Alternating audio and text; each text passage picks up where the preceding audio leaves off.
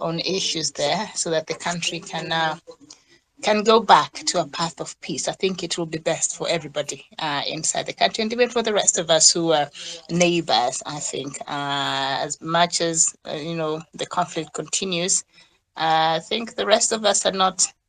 It's a bit uncertain, but we just hoping that the mediation process goes well. Everybody is well represented on that table, and they're able to iron out the matters, and Ethiopia can reconcile with itself because that is really necessary. Thank you so much for your views. Any other person that would like to get an opportunity to look at the topic that we are looking at right now, or any other thing that has been said that you feel like you'd like to respond to, you have the floor. Yeah, Murti, go ahead. thank you, Miriam. Can I say a few things that maybe there is a misinformation that Yes, needed to be go ahead. corrected? Go ahead. Yeah, okay. Thank you, Miriam. Dr. Masanga just mentioned in his speech, I think, I don't know whether we are misquoting him or not. Also, MA is writing that in the comment section, that Dr. Masanga is saying Oromo Liberation Army and TPLF are terrorist groups who are killing Ethiopians and especially the Amaras. Did Dr. Masanga say that? I don't know. Maybe he said, or if he said, we need explanation. But I don't know whether he is No, misquoted there. he was reading from, I think, a comment in there. I don't think it was his opinion. He was reading a comment there, so I don't know, Doc. You can speak for yourself, but it's not. I know he was Yeah, reading a comment. I don't think yeah, that he was okay, yeah. agreeing. Yeah. If it is Dr. Masanga who is misquoted, I think And Dr. Masanga I will answer. Yes, And but I don't if think that is if his position. I can tell you that. Yes. yeah, I know. But the MA is writing in the comment, and it's like as if Dr. Masanga said. Maybe some people might misunderstand him. That's why I'm asking for clarification. Maybe Dr. Masanga would also elaborate on that because he just said it, and MA is writing in the comment, but Dr. Masanga just read that without more explanation. So maybe people misunderstand him. That's why. And the other thing, Dr. Masanga and Miriam, the thing is, Can I I, think we, Muriti, can I yes, can I come in here? yeah, you can come in. Also, the topic, I don't want us to really divert from the topic Yes, because the but topic let is me also very clarify. important. There are 3 sections of this Twitter space. There are comments. Yourself, if you go to the comment section, the first comment was written by Mr. M.A. M78311850 35 minutes ago. And that's why I brought you in. Were you listening? I said, can you answer this because this has been written on our wall? Can you clarify and talk? Also have a say because you are being accused. I am the last person who can call Oromo and the TPLF terrorists. I think you know that very well. I cannot do that. I don't have the measurement of measuring terrorists. So I am reading the comments that have been written on the wall. It is not myself. Okay? So that is the position. We are here to read the comments, to write the comments. We don't hide any comments here of anybody misunderstanding us. Dr. Masanga, could you please allow me to say something? Yes, go ahead. Wait. I did not Because finish. Dr. Masanga took. I think it is I didn't finish also. I Okay, just left Muruti. Dr. Masanga. Muruti, can you finish quickly? Then we allow some other people to say what they want to say. Yeah, okay. Thank you, Dr. Masanga, for the opportunity again. I just want to clarify on the position of the Oromo people and the Oromo people's struggle, led by Oromo Liberation Army. It is an internationally recognized, liberation front and a liberation army. There is an agreement between TPLF and the Oromo Liberation Army on basis of collaboration to fight for the liberation of Oromo and Tigaru people, or the Tigray people, because the Ethiopian government, who is not elected by both region, there was no election in both region, Tigray and Oromia region, because there was no proper arrangement of election at that time. It was during COVID. The Ethiopian government, played trick in holding the election. So it is a fact known to the world and even to observers that in Oromia region, no opposition party participated. No opposition party participated. And in the Tigray region, no election was held when in other parties election was held. So Mr. Tedros is misinforming the audience here, so he must refrain from that. Abiy Ahmed is not an elected leader of the Ethiopian people, because all Ethiopians did not fairly and freely participated in the election. That's the position. That's why we are at war with this government. This government is a fascist. This government is a group of hooligans who are creating havoc in Ethiopia and the Horn of Africa. They must be held accountable because of the genocidal war on Oromo people and the Tigray people in general. And it's just a matter of time. Investigation has been done by the commissioners of the human rights of the UN, appointed by UN, and that investigation is now in public domain in the in world arena, and even more other investigation has been done, and it is concluded that Abiy Ahmed and Isaias Afwerki of Eritrea has, waged war against civilians, genocidal war against civilians, especially on Tigray people.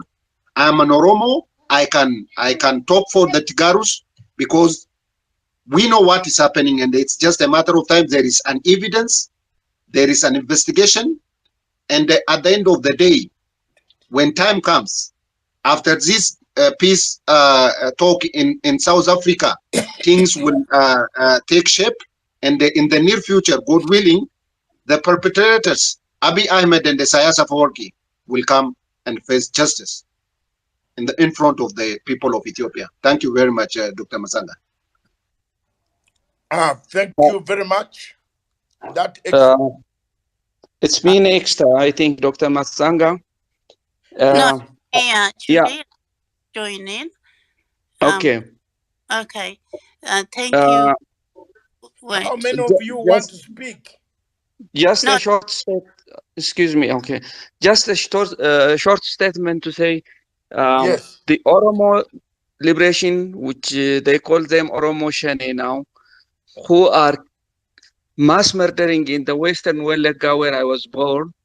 They have been doing all kind of murder and destroying, and all destructions have been an extension of the TPLF.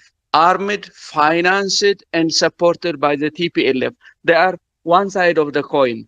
They have been doing all they can to disturb and distort the country and to bring it to the chaos. So this has to be known, and this is fact. Most of the Oromo Onek Shani people are the third generation of the refugees who settled during the military government in Welaga. They are second and third generation of Tigray people who are leading the Onek Shane to kill, to commit mass murder and to do all kind of things in Ethiopia. So this is the fact I'm telling you. Thank you. Thank you. Can I say something? Yes, go ahead. Thank you so much. It's really, really funny how Ethiopian government, Abiy Ahmed and Isaias Afwerki, are genocidal. And Tedros here just told us how much hate he have for Tegaru. As he said, even the Oromo people that they fighting the, the Ola. Correction, I have no No, hate no, for no. Tagaru. Wait, They wait, are wait, my people. Stop wait, it. wait, wait, wait. I'm talking. I didn't interrupt you. Even Just hold on, my sister. Every yeah, time when I bring a platform, I have a problem with two people, two sides. But I am not going to give up on you, calling upon you, both of you, to embrace each other, all the sides. I read that comment because this gentleman who wrote the comment is here. He himself is here, is MA. He wrote a very bad comment, and I did not want to block him. Usually, when I'm in the mood to block, I would have blocked him because I was not shouting about the killings. The killings are there. They are documented by international community. And the ICC has investigated, the Human Rights Watch has investigated. People are dying in that country. So for him to write and accuse me that I am just shouting without knowing that Tigray and Oromo are the ones who are killing, that's why I brought the matter out in the open. So go ahead, my sister. And then when she's talking, give her time to say her point.